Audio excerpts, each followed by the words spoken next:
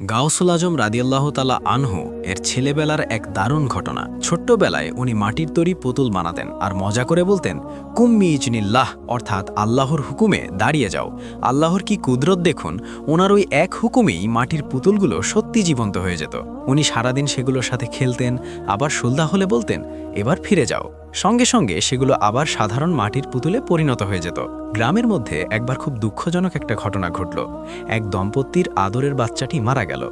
মা বাবা শোকে পাথর। তখন তাদের মনে পড়ল ছোট্ট আব্দুল কাদেরের কথা। উনি তো মাটির পুতুলকেও জ্যান্ত করে ফেলেন। আচ্ছা, আমাদের মরা ছেলেটাকে যদি ওনার ওই জ্যান্ত পুতুলগুলোর মাঝখানে শুইয়ে দিই তাহলে কেমন হয়? গভীর রাতে সবার অগোচরে মা বাবা তাদের মৃত সন্তানকে ওই পুতুলগুলোর মাঝখানে রেখে এলো। পরদিন সকালে ছোট্ট গাউসুল আজম এসে বরাবরের মতো ডাক দিলেন, কুম্বি ইজনিল্লাহ। অমনি সব পুতুল দাঁড়িয়ে গেল, আর তাদের সাথে সাথে জেগে উঠল সেই মৃত বাচ্চাটিও।